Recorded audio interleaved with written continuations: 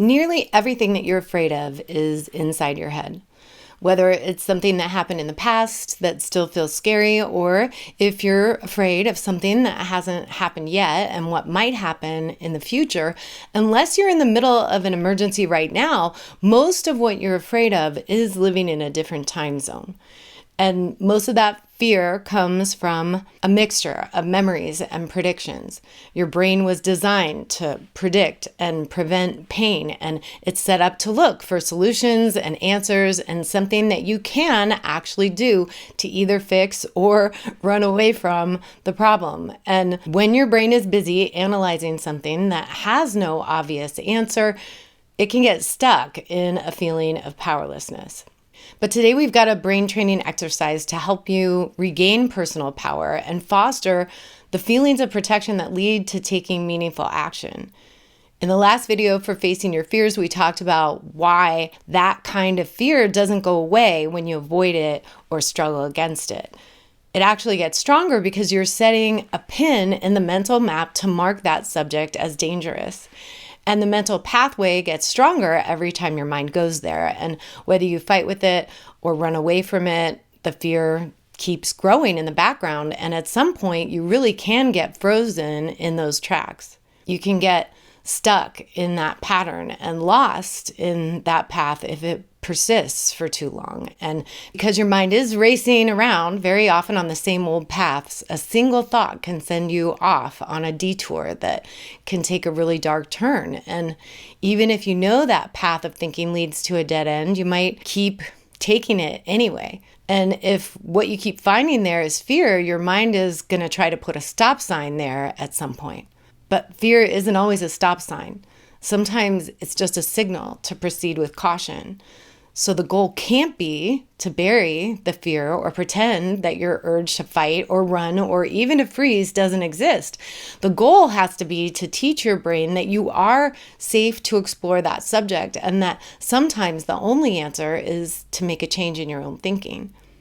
But you will have to set up some new signposts if you want to set your brain off in a better direction, and that's a completely different skill.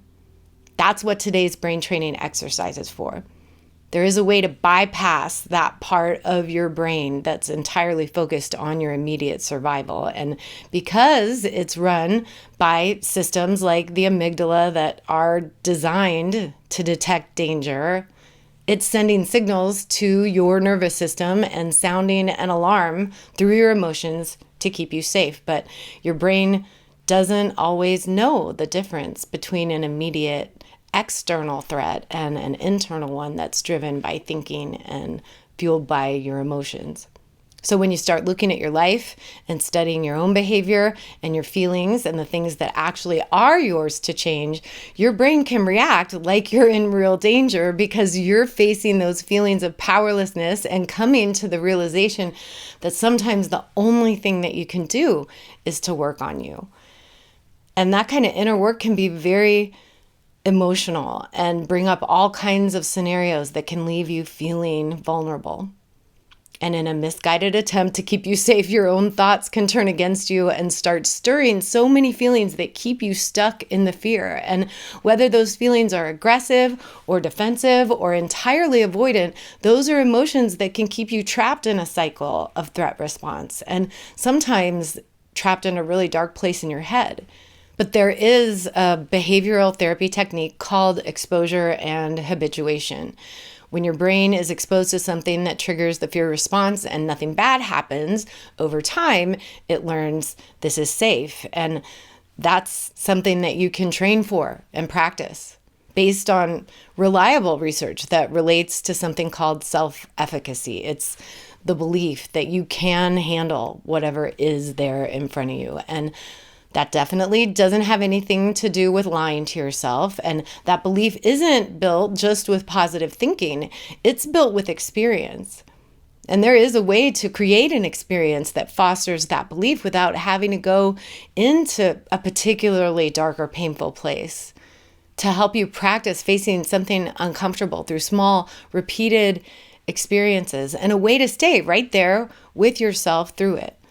Keeping yourself on the right path and proving to yourself that you can change the way you think. That's how your brain learns. You prove it to yourself. I can handle this. I am safe here. I don't have to fight and I don't have to run. I just want to find out what's happening here and learn from this experience. And if you can get curious enough to explore what's really happening inside your own head without stirring all those anxious thoughts, the fear starts to fade. And that's why we practice. What we're doing here is not just calming fear in this moment. We're creating a preemptive signal of safety in your mind and in your body with a physical gesture that sets a new pin in the mental map so that when fear shows up, and it will, you'll know where to go. And like all these physical anchor points, this can be a really subtle physical movement. But for this one, I really do feel like making it a little more dramatic while you're practicing can be helpful. It starts by holding up one hand, usually your right hand, almost like you're taking an oath in court, an oath to tell yourself the whole truth about yourself and what you can do to start making a change in your own thinking. And you can do this just by holding out your hand and looking into your own palm and reminding yourself that you don't need to be afraid of anything, that you still need to learn about you.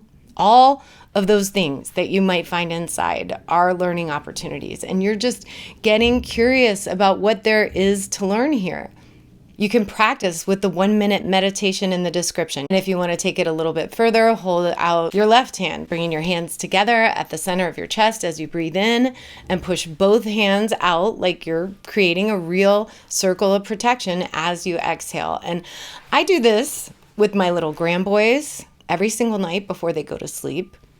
They've actually been through a lot, and I want them to feel safe while they're sleeping. So they breathe in all the good stuff that can make them feel strong and capable, and then they blow all the bad stuff away, usually just a few times, just 3 times, but sometimes more. And at the end, they make a circle and a shield and a bubble of protection. And this is a great thing to practice before you go to sleep at night, especially if you've been having bad dreams.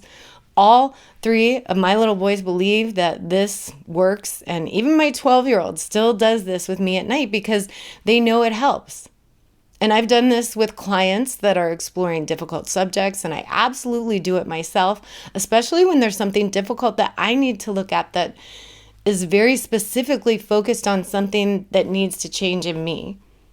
Because for most of us, that's one of the scariest subjects that we'll ever explore. This is a physical reminder that says I can protect myself without running away or starting a fight, and I'm safe to explore here. And once you've practiced this for a little while, all you need to do is make the gesture with one hand, even if it's just held down by your side. Nobody even needs to know that you're doing it. It can be extremely subtle, but just that small physical action is linked to that specific internal state that you've been creating through practice so that you can come back to the neural anchor point that's attached to feelings of safety and protection. And the more you practice feeling safe enough to explore what actually can be done, the easier it becomes to access that state later, even under pressure, because you're not waiting until you're overwhelmed. You've trained for this so that you can show up for yourself when it really matters. And this isn't about doing anything perfectly. It's about repetition. You're teaching your brain something new. You're showing it that fear doesn't always have to mean danger, and that thinking doesn't always have to lead to a detour or a dead end. And just like all of your feelings, fear is just a signal.